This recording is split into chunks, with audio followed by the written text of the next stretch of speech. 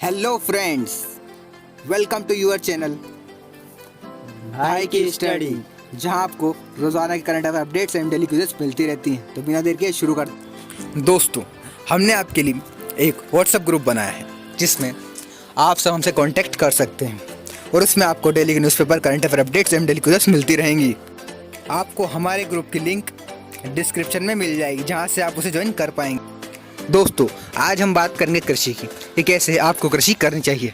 आपको रासायनिक उर्वरकों एवं खादों में से किसका उपयोग करना चाहिए, आपको यह सब बातें विस्तार में जानने को मिलेगी। तो उम्मीद है आप ये वीडियो पूरा देखेंगे। हम आपको बताएंगे रासायनिक उर्वरक से होने वाले हानिकारक प्रभावों के बारे में। तो चलिए बिना देर के शुरू करते हैं।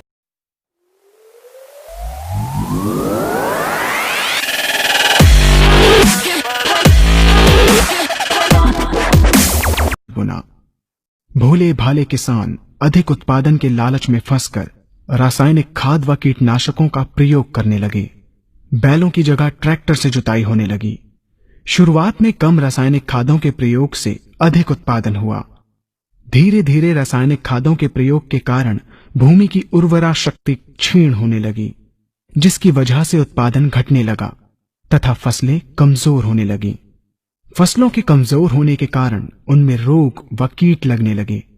रोग व कीटों से फसल की सुरक्षा के लिए और अधिक कीटनाशकों का प्रयोग होने लगा। एक तरफ ज्यादा उत्पादन के लिए अधिक रासायनिक खादों का प्रयोग होने लगा, वहीं दूसरी तरफ फसलों को रोग व कीटों से बचाने के लिए अधिक विषाक्त कीटनाशकों का प्रयोग बढ़ गया, जिसके कारण उत्पादन लागत बढ़ी और किसान को लाभ कम होने लगा, बल्कि छोटे किसान कर्ज में डूबने लगे। धीरे धीरे भूमि की उर्वरा शक्ति क्षीण होने से भूमि बंजर होने लगी। रासायनिक खाद व कीटनाशकों के कारण खाद्यान्न भी विषाक्त हो गए तथा जलवायु भी प्रदूषित हो गई, जिसके कारण मानव, पशु पक्षियों के स्वास्थ्य पर प्रतिकूल प्रभाव पड़ा, जिसका परिणाम आपके सामने है। मानव स्वास्थ्य पर रासायनिक खादों के पड़ने वाले प्रभाव को आप ऐसे समझें। जब किसान फसल में रासायनिक खाद डालता है तो रासायनिक खाद में उपस्थित विषाक्त रसायन जल में घुलकर सबसे पहले जल को प्रदूषित कर भूमि के अंदर उपस्थित केचुए व सूक्ष्म जीवाणुओं को मार देता है। ये बात सभी किसान अच्छी तरह से जानते हैं कि केचुए व अन्य सूक्ष्म जीवाणु भूमि की उर्वरा शक्ति को बढ़ाने के लिए अति आवश्यक होते हैं। विषाक्त रसायन के कारण इनकी मृत्यु हो जाने से भूमि की उर्वरा शक्ति नष्ट हो जाती है तथा भूमि कठोर होकर बंजर होने लगती है। रासायनिक खादों के विषाक्त रसायन पानी के माध्यम से अन्य खनिजों के साथ फसल के अंदर पहुंचकर फसलों को विषाक्त बना देते हैं। बाद में जब खाद्यान्न के रूप में मनुष्य या अन्य पशु इन्हें खाते हैं तो ये विषाक्त रसायन मानव स्वास्थ्य पर बहुत ही बुरा प्रभाव डालते हैं तथा मनुष्य के अंदर तरह तरह के रोग उत्पन्न करते हैं। जब हम जैविक खाद का प्रयोग भूमि पर करते हैं तो जैविक खाद पानी में मिलकर पानी को प्रदूषित नहीं करती।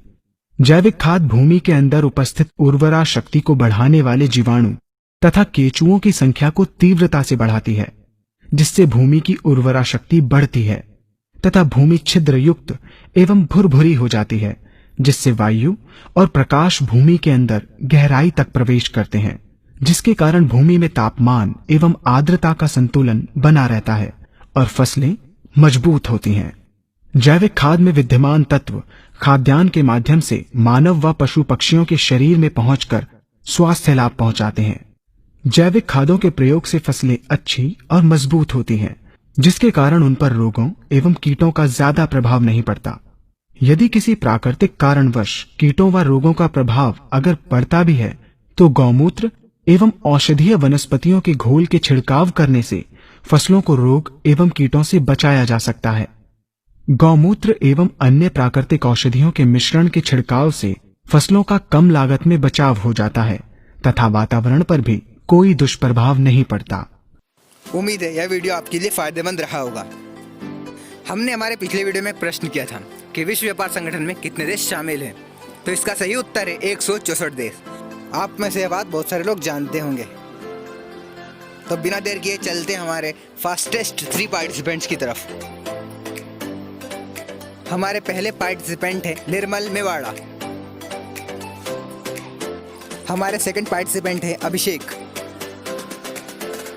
हमारे थर्ड एंड लास्ट पार्टिसिपेंट है करण यादव। हमारे इन पार्टिसिपेंट्स को बहुत बहुत बधाई है। अब हम बात करेंगे हमारे लास्ट क्वेश्चन की। हरित क्रांति कब हुई थी? ये आपके लिए प्रश्न है। अगर आपको इसका सही उत्तर पता है तो प्लीज कमेंट दी आंसर।